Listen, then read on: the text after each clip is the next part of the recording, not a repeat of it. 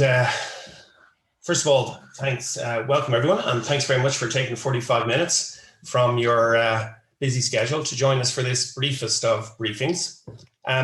Just a couple of points of order. After the event, you'll receive a recording of the webinar, a copy of the slides, and other useful links to help you self-educate. You should have a chat box, and if you pop your questions in there, we'll do our best to get to them in the Q&A towards the end, but if not, we'll follow up with you on email. Okay, so slight change to the agenda. Let's just talk you through that.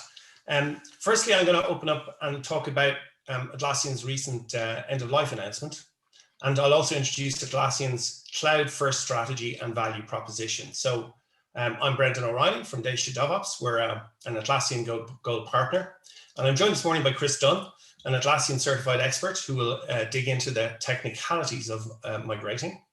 And we're delighted to be joined by Karima El-Mujad from Atlassian, who will present a case study for a global financial services company who's successfully completed a cloud migration. So let's get on then with the first piece of this, which is, I guess, because you're here, you're aware that that Atlassian has announced end of life on the 29th of October. And the earliest impact is a 15% price increase, which comes into effect for renewals on February the 22nd. But at that point as well, there will be no further quotations for any new clients that might want to buy a server product. Now, at each annual anniversary from that point forward, there are effectively further gradual wind down steps. So in 2022, it's not going to be possible to upgrade or downgrade your server tiers. In February 23, there's no new apps, third-party apps that can be purchased for existing licenses. And all renewals after February 23 are going to co-term to end in February 24, at which point there's no further bug fixes or support provided.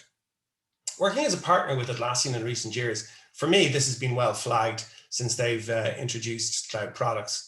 As with all other progressive software companies, you'd be more surprised if they didn't have a cloud-first strategy than if they did. In many cases, Atlassian and we as their partners, we compete with companies that were born in the cloud. So you really need to have that agility in the marketplace. So in some respects, they'd no choice but to go cloud first. And actually recently, and again, in our experience this year, we've only onboarded new cloud clients in 2020. Now, that said, I do understand that customers will feel a bit frustrated.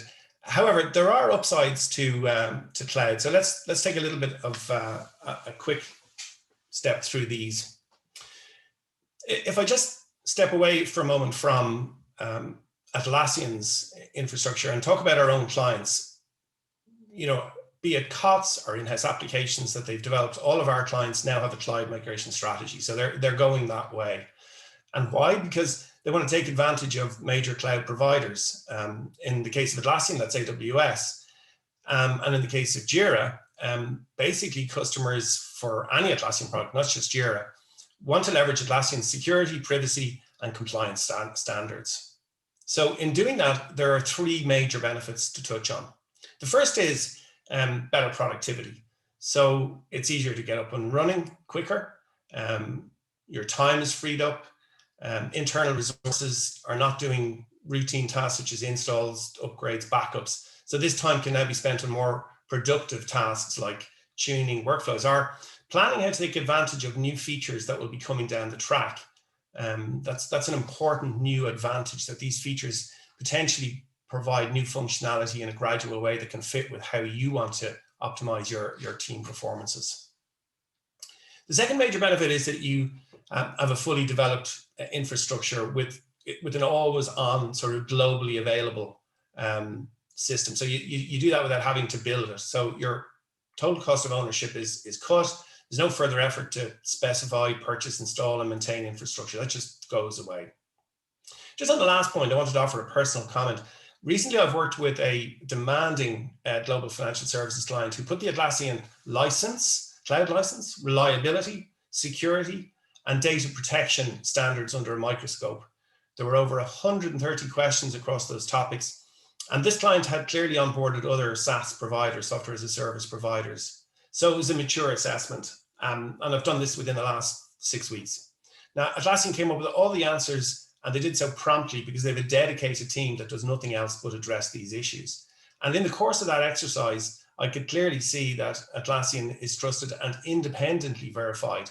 And they have a significant investment in experts, tools, etc., to ensure that your applications and data remain secure.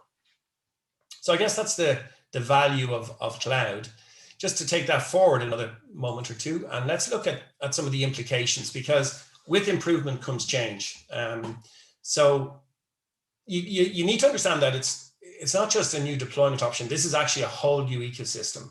And there are implications for your systems and application administrators, as well as your users. So there's also major implications for any customizations that you have, whether they are homegrown or from the marketplace. So let's take a look at each of these now. So as you move to, as a sysadmin, when you move to a SaaS solution, there's obviously no physical infrastructure to manage, but systems people will still be involved, particularly around identity management. So this is just done differently in the cloud, and you'll hear us speaking about a product called Atlassian Access. Then there's also security implications. So you'll need to make sure that your security is vetted from an early stage. In terms of application administration, there's a new type of admin, the org admin. And this is where all of the users in your organization will be managed. And if you require a single sign-on is part of your requirement, then we'll talk to you in more detail about access offline. You'll also need to think about how to combine your instances of Jira or Confluence, or keep them separate. And then, for example, there's a new next-gen project in Jira. It's a new feature that allows admin tasks to be undertaken at a project level. So I guess freeing up to some extent what would hitherto have been undertaken by a Jira admin. Now, the user experience is different. So this is not just Jira server hosted by Atlassian. It's a new design. And your users will need will require a bit of adjustment. So for example, like the next gen projects. But one of the big upsides to this is that there's a native mobile for cloud now. And then in terms of the ecosystem and APIs, the cloud leverages a completely different REST API. So all apps and customizations will need to be transitioned. There's over 3,000 marketplace apps. Many of them have made the journey across the cloud, but some do not. So the viability of critical applications that you have is something you'll probably want to look at early on. And it's important to note that if you do need to rebuild those homegrown ones, you need to get started on that sooner rather than later. Okay, so there's a lot to take in. And with that in mind, and because a migration is a once-off, you might want to think through whether you want your own teams to undertake these tasks or look to a partner like ourselves. This is work that we're going to do every day. So you may be able to realize some benefits from asking us to help. And therefore, we introduced our cloud assessment service this week. You can have a look at it on the website. So what we do is we work through a fairly detailed audit. We look at the current as is, evaluate the 3 cloud options that are available to you: standard, premium, and enterprise. There's also, by the way, a data center option, but that's not in scope for this webinar. So do follow up with us offline if you want to explore that further. And then we give you a roadmap for migration.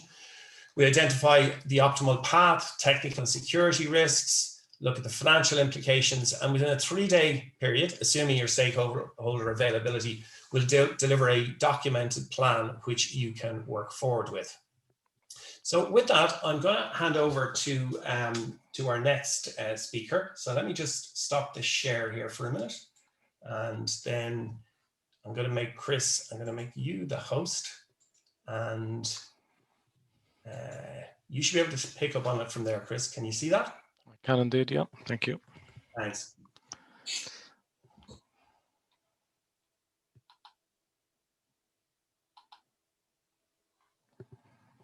Just give me 1 second to share my screen here.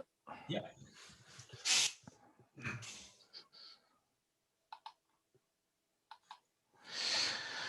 Okay, so you should be able to see that. Can you confirm that, Brendan?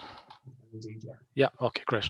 So thanks, Brendan. I'm going to take you through our cloud migration process. As Brendan alluded to, we are moving from Atlassian server products to a new technology, which is Atlassian Cloud. So there's quite a lot involved in it, and but there's potential for quite a few complications along the way. So I'm just going to take you through some of that and highlight some of the areas where we need to do a little bit of work to perform a kind of successful migration. We've created this sort of phased approach, a number of 6 different phases in this process. Brandon's already given you a brief overview of the discovery phase, which we run as a kind of separate process or separate deliverable. I'll just take you through a little bit more detail on that. But essentially, it's a gap analysis. So what we want to do is take a look at your existing infrastructure, your existing setup with regard to Atlassian products. So we'll essentially audit what you've got, what products you've got from Atlassian, what add-ons you've got, what versions they're on, are they compatible with cloud? Do they have, do the add-ons have an equivalent in cloud or a migration path to cloud, which we'll talk a little bit more about later on. Also looking at what's your kind of security footing vis-a-vis data. Do you have any sort of compliance restrictions? Or do you need to be HIPAA compliant? Do you need any of that kind of stuff we need to take into account, because that can either, in some cases, even rule out going to cloud at this stage, because maybe those compliances can't be met right now, but it might be on the roadmap for Atlassian in the near future. We'll take a look, as I say, at the IT infrastructure, particularly with regard to any integrations those Atlassian products might have, maybe with systems like Active Directory or other identity providers, or maybe there's some other connections to other applications where you're maybe sending information to those or synchronizing data with Jira, for example. So we'll take a look at all of those and see how does that fit into the overall migration to cloud. And in the assess part of this, we'll go a little bit deeper and look at your actual configurations of those products, looking at what kind of custom fields you're using, looking at things like what data we can actually migrate, because not all data can be migrated, where your users are located, how many users you've got, all of those things, just to identify certain risks and maybe certain challenges around the whole migration. And ultimately what we want to come up with there is a roadmap, a high-level plan that will take you from where you are now into Atlassian Cloud. And that might be a complete migration of everything into cloud. It might be a partial migration of what you've got into cloud. Maybe you prefer to run both an on-premise solution plus the cloud. Maybe that's something that you need to do. Or maybe it's a migration over a period of time, where we take a kind of a phased approach to it. But this plan will identify all the options, the risks involved, and the justification, but the business justification and technical justification for moving to cloud. And once we've got that, and assuming we're going ahead with a cloud migration, we need to move into the planning phase. And the planning phase is really about looking at what are the different strategies and tools that we will employ to actually move you into cloud. So there's a couple of things that we need to consider. On the strategy side, there's maybe 4 different strategies. There's what we call the lift and shift approach, which is sort of a big bang approach where we're taking all of the data from your existing server instances, and we're moving them all in one go into a cloud instance.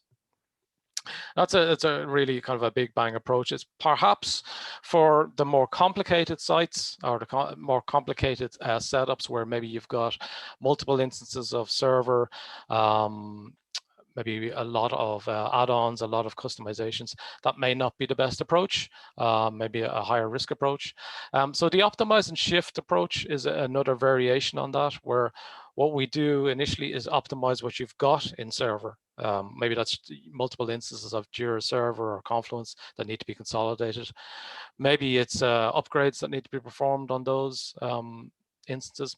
But ultimately, it's about kind of simplifying everything to make the migration as successful as possible. And that simplification may be things like archiving configurations and data that are in your Jira server or your Confluence server, just to reduce the amount of data we're moving, and maybe reduce the reliance on things like custom fields and add-ons and that type of thing. So really kind of simplifying things before we actually move them into cloud.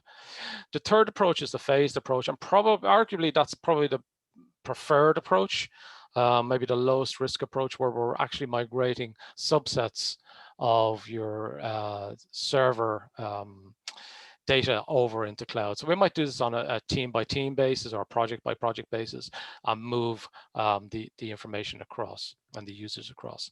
And then the fourth option is really a clean start or start fresh approach, whereby you're just spinning up a new instance of cloud, and maybe all new projects just start there and give out all the users an account there, and we just everything new starts in cloud, and we slowly wind down all of the server work. So there's no actual migration, but it's a period of time where maybe you're running both in parallel, and everything, as I say, everything new just starts in the cloud.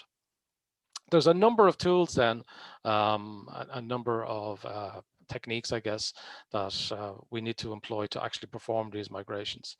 There's the Jira and Confluence Cloud Migration Assistants, which are tools that can take the data from your server instances and move them into cloud.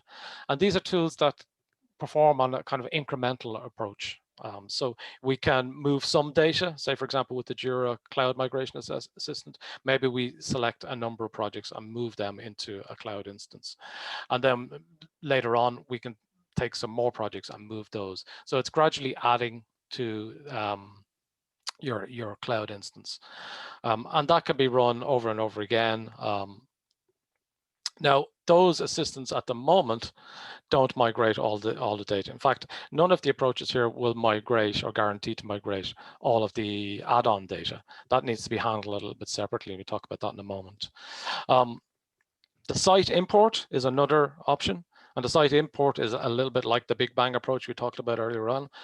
It's really taking all of the data from your server instance and moving it into cloud in one go. Again, it doesn't take the add-on data, but all of the configuration, all of the custom fields, all of the data will go across. I suppose the downside of this approach is that it's really overwriting everything that you currently got in cloud. So it's really only suitable for situations where you're starting with a fresh cloud site. If you've already got one there and you want to add to it, then really you need to be looking at the cloud migration assistance. At some point, you're probably going to want to do some form of CSV import. So some of the fields, for example, maybe add-on fields and add-on data can't be migrated by the first two options. And so we export data to CSV files and bring that across in that way. There's some pros and cons to that approach as well, and we'll highlight those when we're doing the planning. And then there's always going to be some element of manual configuration. So even with things like site import or the cloud migration assistance, we're not going to bring across all of data in one go.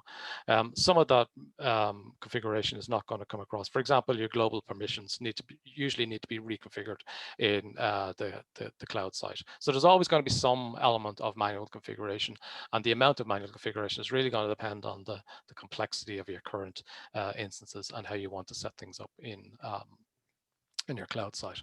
So there's quite a lot of work in that. And the other aspect of this is the user migration. So as Brendan mentioned earlier on, users and user accounts are handled a little bit differently in Atlassian Cloud. Each user will have an Atlassian account, and that Atlassian account is managed in Atlassian Cloud. That account can be used to log into all of the different Atlassian Cloud applications. So you have one account for Jira, Confluence, Bitbucket, all the other tools.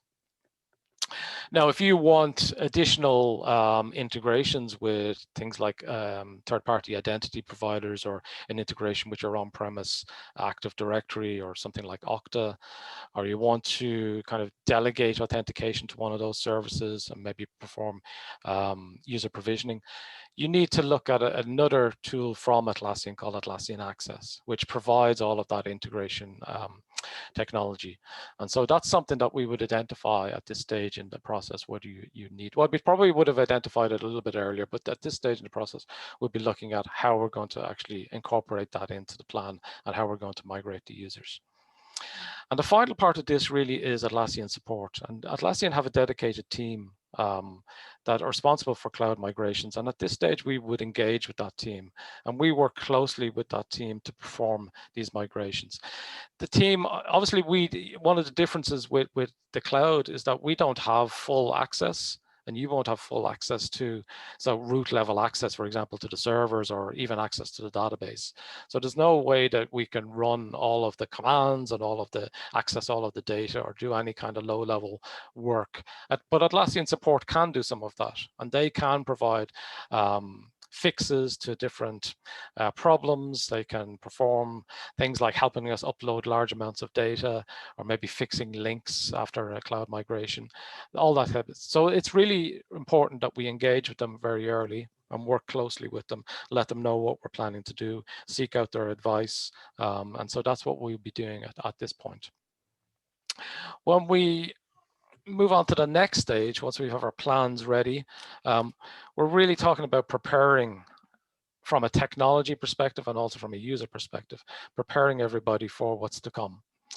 And one of the things we'll do during this phase is, I kind of mentioned it a little bit earlier, but a cleanup of what you've currently got. So getting rid of any configurations or any data that is no longer needed, and trying to simplify the whole your existing server base.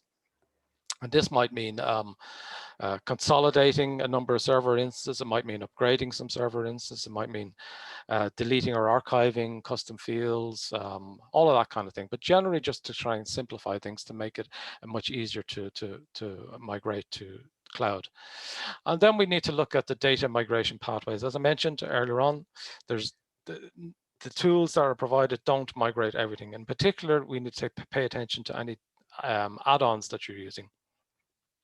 Not all add-ons will have an equivalent cloud add-on, because the technology is different. It's not a simple matter of just installing any add-on that's been available for server. It's not as simple as just putting it into cloud. But we need to look at what does that vendor provide in terms of cloud support. Do they provide a pathway of moving their data across? Maybe their configuration data can go across. Maybe there's a CSV style export or something like that that we can use to bring across. But we would look at all of that and identify that. It's also important that your security team is aware as well of the implications of using add-ons in cloud, and we'll bring that to their awareness. Because the cloud add-ons, they work a little bit differently. They are hosted somewhere in the cloud, probably by the third-party vendor, and they may be holding some of your data. So you need to be aware of that. You need to understand what that means in terms of your data privacy and all that. And finally, we need to communicate our plans to the users. We need to make them aware of what's coming. We need to make them aware of how their day-to-day usage of Jira and Confluence is going to change. So we might do things like send out some information to those users to read, but also give them access to maybe an evaluation instance of the products so that they can play around with it, maybe get used to the new issue views and things like that in Confluence, or sorry, in Jira, and get feedback from them just to help identify any other potential problems that might come along. Then we move into testing, and testing is obviously really important. This is a big, or potentially a big shift and big change for people. So we need to construct or produce a run book of steps that we're going to take to move everything across. And this can be a combination of running the tools mentioned earlier on, plus a load of maybe manual steps to configure things like workflows, maybe installing new add-ons, all of that type of stuff that we need to do to bring the system live. Also working again closely with Atlassian support, making sure they're aware of what we're doing, aware of any assistance we might need, and just scheduling things with them. They will also help us review our run book, identify any kind of potential problems, scheduling resources on their side that they might need. Then we'll go ahead and run a test migration, and maybe even multiple test migrations. We may have to do a number of iterations of this before we get a nice smooth process. And we'll build a user acceptance plan, user acceptance testing plan, review that with the users and execute that in this phase or towards the end of this phase. And then we move on to the migration. So after we've got a successful test, we'll communicate with all the users, let them know what's coming, execute that runbook again with the help of Atlassian support maybe, and then switch over to the cloud side. So this just really means letting users know what they should be doing, where they should be going, how they should be accessing the cloud site, and then we're live. Now, if we're a phased approach here, we may need to run several migrations. So we may need to move maybe one team at a time or one project at a time. And so at the end of each migration, it's a good idea to do some sort of retrospective to see what can we learn from the previous migration? Can we make things a little smoother? What do we need to do for the next migration to make that work a little bit better? Or maybe this next migration is going to be slightly different. So what do we need to take into account? And we'll also at this point provide support to resolve any kind of late issues that might have come up. So there could be things that maybe after 2 or 3 days of usage, people notice that something is missing or something's not behaving quite the way it should, or maybe we're missing something in a workflow that's not working the way it worked in server. So this is the time when we will try to resolve those issues. And finally, then we can provide any kind of training that users might need for the cloud instance, any maybe that's administration training or end user training, and any sort of support. So we provide support packages and so on to help people with this transition into cloud. And that's really it. So I will, yeah, that's really it. I can hand back now to. Do I need to hand back to you, Brendan, or can I just make Karima you should be able to just hand over to Karima. Okay, I'll just stop sharing here.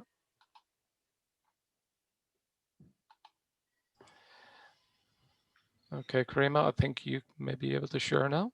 Let me try, yes. 1 sec. There we go. Great, you can see my screen? Yeah, I can see your screen, thank you. Perfect. Well, thanks a lot for having me today. I'm Karima and I'm a solutions engineer at Atlassian. So every day I work with customers that are planning to migrate to cloud or that are migrating to cloud. So I walk them through the evaluation process, or we walk through it together. We want to ensure that from a technical and security perspective, all requirements are met. Today, I want to talk about one of our customers who has moved to the Atlassian cloud, and I'm going to give some context on how they went about that. But before that, let's put things a bit into perspective. Here are some stats around our customers in general. 83% of Fortune 500 companies use Atlassian products, and we now have over 10 million monthly active users that are using the Atlassian cloud products already. And on a higher level, Atlassian has over 170,000 customers in over 190 countries. If we think back on the value that cloud provides that was presented by Brendan earlier, there are 3 main points why our customers move to cloud. They don't want to host infrastructure themselves, they want an always-on solution, and they want to leverage Atlassian's security, privacy, and compliance standards. So with that in mind, let's jump into the case study here. And the customer that we're going to talk about is Afterpay. Afterpay here is a financial services company, and they have an online payment platform that offers these buy now, pay later payments. and they are operating in locations across Asia, America, and Europe. And what's really great about Afterpay is that they have a very agile mindset, and they have an innovative and future-focused approach to their business. And that fact allows them to move very quickly and decisively. That really helped them in the move to cloud as well. So the customer story here just gives you some context on how they migrated, and they actually did that in record time. It only took them 2 weeks to migrate, but I want to make sure that you know that this is not the norm. Not all people move that quickly, and that's totally okay. It really depends on the size and complexity of your team, as well as the resources that you make available. So the kind of situation that they were facing is that after a merge in 2017, they inherited some of Atlassian's on-prem solutions. And that was all right until the beginning of 2020, when COVID hit and their entire office basically went remote, like most of us. And what happened was that all of a sudden they got an influx of feedback, specifically on the speed and accessibility of the on-prem solutions that they were using with Atlassian. And here you can see a quote from their senior manager of technology delivery. He was really saying that they had a lot of VPN issues and it was causing slowness with their on-prem solutions. And that really was a compelling event for them to say, we need to migrate to the cloud to fix that problem. Here's some more like challenges that Afterpay was facing. So as I said, going remote had a huge negative impact on the speed and accessibility of the on-prem solutions. And that in turn also caused the loss of productivity, of course, and a lack of visibility and transparency. And that's something that they really need to collaborate effectively. And another big issue that we're going to talk about a bit more in detail is their on-prem servers were quite outdated, and outdated solutions always pose a security risk. So definitely a big component there that drove their move to the cloud. So how did they approach this situation? As you know, there's different deployment options. We have the cloud, but we also have a data center deployment. But because Afterpay is a very, they have a cloud first approach, and they want to become an entirely cloud-based organization. So that's why they ended up deciding on migrating to the cloud. And specifically because they want to avoid having to keep spending time patching their on-prem solutions. As you can see in this quote here, really, it's all about freeing up their own time so they can focus on improving their own software instead of maintaining the software that teams are using. Security is a really, really important part. Afterpay has over 10 million active customers globally. Security and privacy are top priorities for them. And they're a financial technology company, so they do have strict regulations that they need to comply with. So whatever customer we're talking to, whether it's someone in the financial services industry or other industries, security is always the first topic that we tackle. And before the move to cloud, as I said, Afterpay was running on those outdated on-prem server deployments. And we needed to make sure that we find a solution so that there's no security risk. In the cloud, all the maintenance and security updates are managed by Atlassian. So the teams or the companies, they can leverage our security and compliance. Thankfully, the security and compliance at Atlassian is very transparent. And that was also something that was crucial to Afterpay. We really work closely with their teams, whether this is in regards to security questionnaires or just sharing our security documentation with their security team. Definitely something that was crucial during this process. Something else that touches on security and was already mentioned today is Atlassian Access. So Afterpay also uses Atlassian Access for single sign-on. It's compatible with their identity provider. They can offer also things like multi-factor authentication, and it's across the entire company. So it's really wall-to-wall security for all the users that are using software. And in terms of security, the success of Afterpay is really proof that even larger organizations from the financial sector can migrate their systems to the cloud while still maintaining their mission critical security and compliance requirements. So we know that we want to move to cloud. What did Afterpay do then? So how did they go about planning the migration? So like most, Afterpay wanted to migrate quickly, and they wanted to have the least disruption to their teams because the teams rely on Jira and Confluence to do their jobs. And the success really boils down to three things: having the right people, the right tools, and most importantly, maybe the right practices in place. In terms of people, Chris talked about it a little bit about the resources that are available for you during the migration. But the main things are really having support from a good solution partner. That was crucial to Afterpay. From the Atlassian side, you also have access to a cloud migration manager, and Afterpay was able to leverage them as well to kind of help them move through the migration smoothly and to have someone to address when there is any blockers that come up. And then of course, also we need to have like a dedicated group of individuals. So on Afterpay, they made people available to help make this migration happen. From a tools perspective, they leveraged the Jira Cloud Migration Assistant mainly for migrating the content from their server deployment to the cloud. And when we think about practices, I told you Afterpay really has this internal agility, and that was key.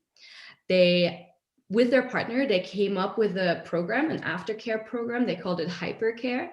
And the strategy was really around providing the end users with the support that they need for adjusting to working in the cloud, because the cloud is a little bit different. So you need to adjust. And they basically set up these channels to capture feedback and capture questions that the employees had after the migration to make sure that they're prepared for any scenario.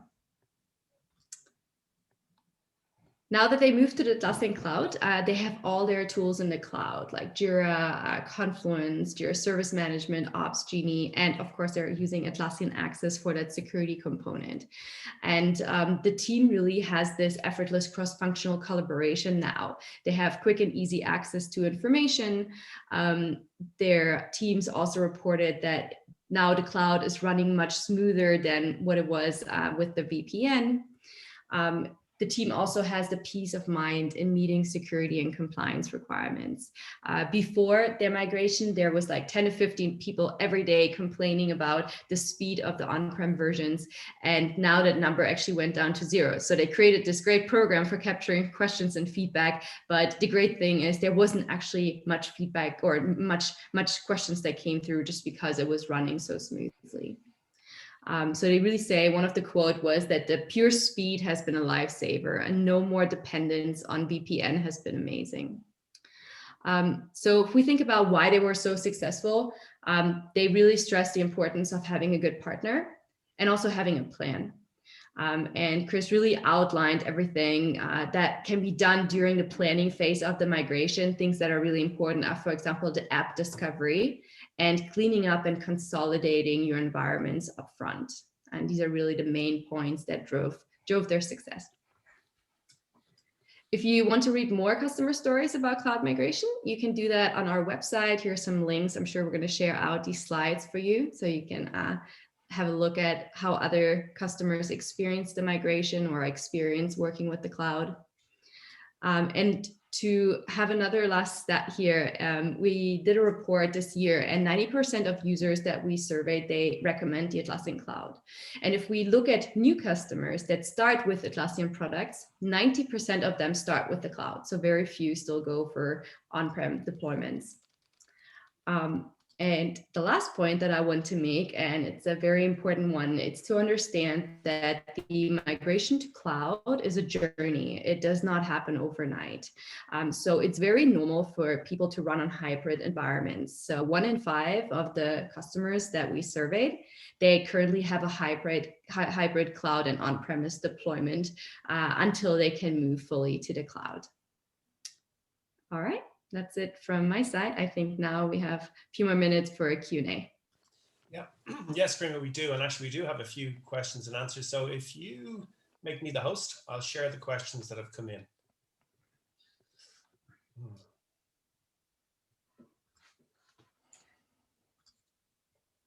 I'm not quite sure how I can make you the host. Can you claim it? Actually, I think Yeah, there you go. There you go. Yeah. Brilliant. Good. Great. So thanks, guys. And these are the questions that have come in. So I'm going to make a comment on the first one, just from a commercial perspective, and then maybe turn to Chris on that. So from a commercial perspective, Atlassian are committed that you only pay for one license, and they will give you a 12-month cloud migration trial license, which if you probably in your plan would want to time when you want to take that out, because you can go live on that license and you only pay the server renewal price. So that takes a little bit of planning. Just in terms of the test instance, Chris, perhaps you'd like to make a comment there. I guess. Yeah, can you hear me? Yeah, it's maybe they were asking about in server your license automatically entitles you to have a separate test instance, so you can install server effectively twice, one to do testing with. That's not really exactly the case in cloud. However, in this quarter, actually, Atlassian did release their sandbox environment, which is has the same purpose as the test instance. And within that sandbox environment, you can test new configurations, changes, new apps, and so on. So that's just a recent release, and to be honest, I haven't had a chance to really dig into that in any depth, but it certainly is something that's in, I suppose, front of mind with Atlassian. So they're trying to provide you with that kind of functionality. Also, there's another sort of related feature called release tracks. One thing about cloud is that Atlassian are constantly delivering new changes. And one of the things, it's an advantage and a disadvantage, I guess. And so sometimes you can, be in your system on Friday and log out and come back in on Monday, and you'll see a new feature in it. That can be a little bit disconcerting for some users. So what you can now do with those release tracks is delay the release of those new features to your instance until you're ready for those, so you can get advance warning of when those changes are coming and what they entail, and then you can schedule that to be released at some point in the future to your instance. So those types of things should help with testing and changes. I don't know if Karima has any other thing to add there. No, I think that was a great summary. Sandbox and release tracks are great features that we just released. And yeah, in general, what you said with the test instance, that you do get access to, you don't have to pay double. You don't have to pay for server and for cloud at the same time. Yeah, that's basically. Karima, perhaps you'd like to take the next one. How does disaster recovery work with the Atlassian cloud product? Is it disaster recovery or data residency? Good question. I think we'll go with disaster recovery and then we'll answer data residency. Okay. Well, the cloud has their own.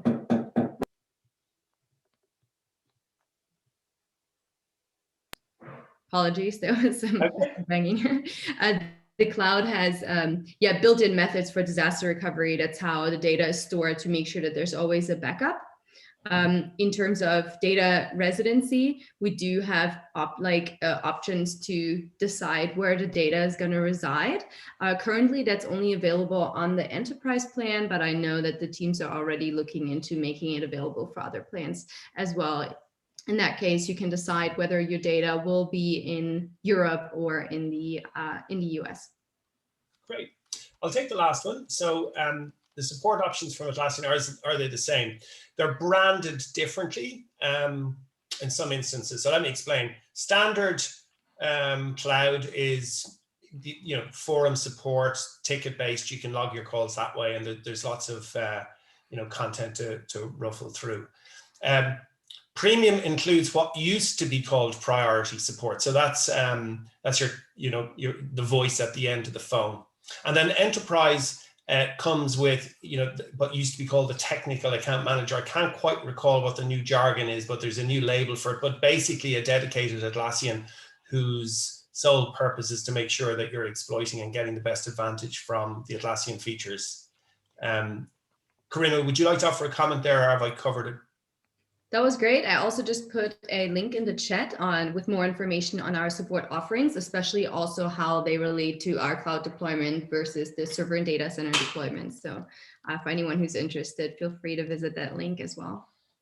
Cool. So guys, we've kept you 2 minutes later than we had intended, so apologies for that. Oh, wait a second. There's another question come in, I think.